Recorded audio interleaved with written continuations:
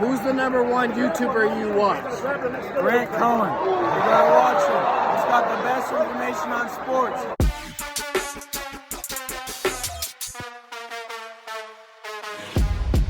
Should the 49ers conserve their ammo for a trade deadline deal for later? What do you think? How do they got to go about this with the ammo they have left?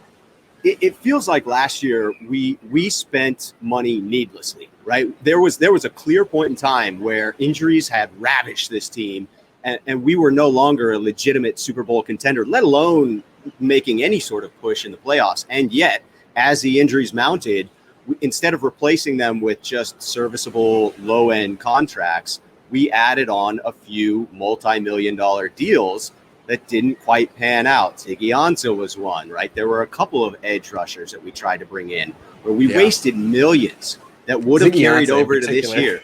Yes. He lasted for like a week and a half, right? Something like and I feel for him, right? Because, injuries, he's a human being, so I don't mean any disrespect to him as a person, but as an asset to the 49ers, that was ugly. He definitely got a nice payday off a couple of weeks of work, though. Respect.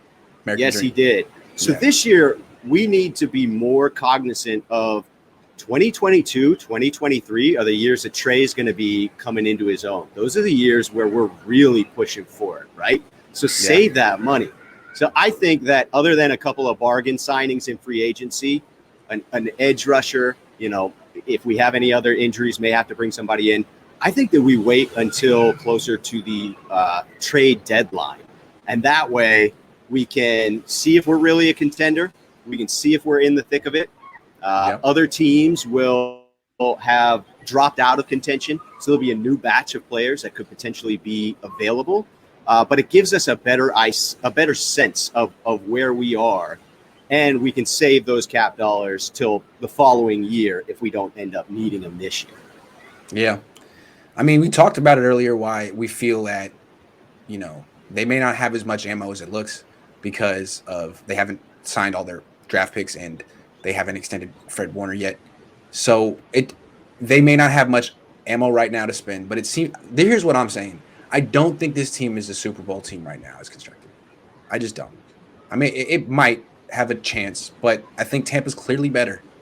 Tom Brady it's the same team that won the Super Bowl last year. Tom Brady renegotiated his contract. He's cheap for them this year. They're still really good. Jimmy Garoppolo is the 5th highest paid player in the league. I don't think any team that's paying Jimmy Garoppolo that much is going to win a Super Bowl. I just don't. So, I mean, if they can get rid of him, if Trey Lance can take the job, and they can make some of the moves we talked about earlier, they can get some guys at the trade deadline, they can sign some vets who are still around later in the process, then I do think they could be Super Bowl contenders even with a rookie, because the NFC is wide open. Other than Tampa Bay, that is totally dependent or very much dependent on a 44-year-old quarterback, who else is definitely a contender in the NFC? Very few. I don't know. Very few. Yeah, I mean, other than in our own division going through those, it's tough. Yeah, waiting until midseason for me does allow for did we catch fire like 2019, right? If you have a better sense of what this team is, because I agree that it's fair to be skeptical. I think if healthy, we can compete for a Super Bowl, but that if healthy moniker is so big that it reduces the actual chances of being a Super Bowl contender. If you wait till week 6 or 7, then you see, did we lose 10 players to season-ending injuries at this point? Right. So other than the edge rusher, time to go all in. Yeah, right. Yeah. Push. Right. Other than the edge rush depth, I would hold off. That is the only move at this point that I would make, unless there is some vet cornerback who gets released from another team that we can sign at a minimum deal as well. Well, here's one more thing they can do if they want to. If the season falls apart and they want to move on to Trey Lance and get the future started early, they can always just trade Jimmy Garoppolo or cut him and just save the cap space because it rolls over to next year. I have to think that if they just accept the fact that Jimmy's trade value is garbage, they could get a 6th back for Jimmy. I think there is a team who thinks, we can work with that.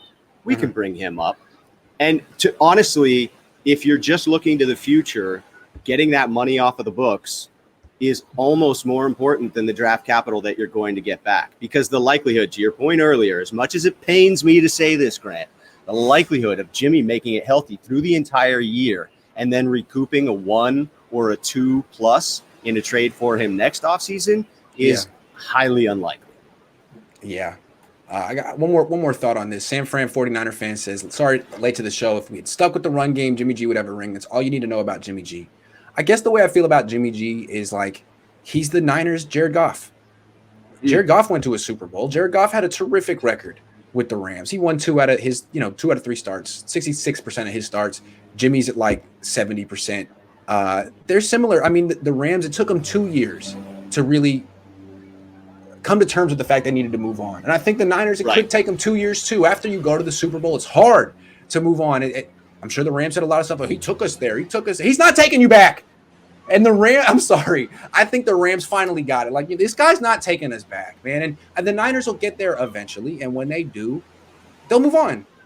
Yeah. I think the Niners were lukewarm during this offseason. Where they need to get to if they truly want to move on is where the Rams got to, which is, hey, we'll overcompensate in a trade just to move him out of here, right? We will pay you to take on this salary.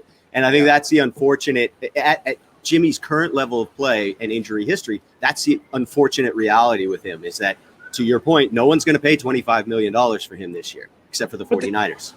But the great thing is that the Niners can just cut him and get rid of him. The Rams couldn't do that with Jared Goff. His contract was really awful. So the Niners are in a better spot. It's just like they have to have that awakening that the Rams had 2 years. A year late. The Rams had it a year. Let's be clear. The Rams had it a year late. They 2 years late. They learned what they needed to learn about Jared Goff in the Super Bowl. And if you're a cutthroat franchise, you get rid of him right then. But who does that, right? Yeah. I guess the question is, how long do you hold on to a guy who lost the Super Bowl? You are constantly trying to provide them with an intervention, right? You are constantly trying to remind them that, hey, this is an abusive relationship. Maybe it's time you get yourself out of it. So, I appreciate you for that because I remain on the Jimmy bandwagon. Even after this segment here, which is me playing the other side, he's not going to pop the question. Jimmy to start. He's not going to give you the ring. It's not going to work out. He's not going to pop the question. It's going to end up with him in Minnesota and you in Austin, Texas, looking at pictures, thinking about, man, we had a great time in 2017. That was a nice year. I really liked 2017. It was nice. 2019 was beautiful too. Yeah. I just go back to, Grant, what I struggle with is I was in New Orleans for that game in 2019, sitting by myself, surrounded by a bunch of New Orleans fans. It was the best game. I mean, that was phenomenal. Anytime New Orleans is on the schedule, I ask my wife, hey, can you go? If not, I'm sorry, I'm going by myself. Absolutely. Because that game is good just call. Phenomenal. It's a veteran move. Right? Here's a real quick. Sorry. The 3 best road trips in the NFL, if you live in the Bay Area, are Seattle, New Orleans, New York. Thank you. End of story. Yes. I've yet to check off New York. COVID ruined that. I was going to get a full week. I was going to get the back-to-back. I was going to get to check off the Jets and then the Giants. Yeah. Same stadium, but I got to see them both, if I'm doing the full 32 stadiums. Yeah, it's tough. It's tough. To this question of Trey can play just as good as Jimmy, that's what I struggle with is I just don't want to ruin Trey. I know Trey's the future. I am glad that Trey's the future. I was thrilled with the pick at 3. My concern is don't force him. If he's not ready, don't force him. Of course, you don't want him to fall on his face week 1. But I think we'll get enough data from training camp in the preseason to know whether or not he's going to fall on his face. And if it looks like, man, this guy's just not ready, then don't play him by all means. But if he is, and you're like, okay, he's not quite as good as Jimmy because he's 21, but he looks pretty good in his own right and he can do things Jimmy can't.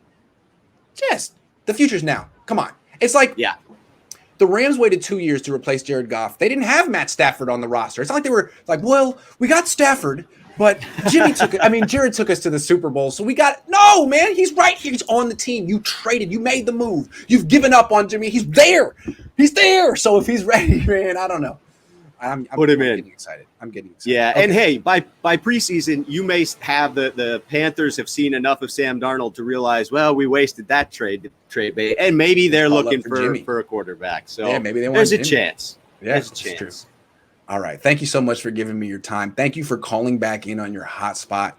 Thank you for the beautiful backdrop. It's nice, man. It's always a pleasure to do business with you on a Friday. Go have a great anniversary. Thank you. Tell your wife I should stop saying that. It never comes out right. Just happy anniversary.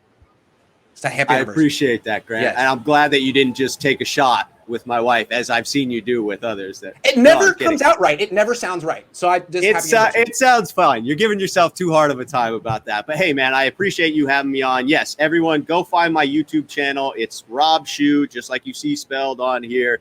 I got some good content. I'm focused on my backdrops. I'm going to put out a special anniversary mailbag today that I shot a couple of days ago in a very cool location that's very sentimental to me. I think everybody should check it out.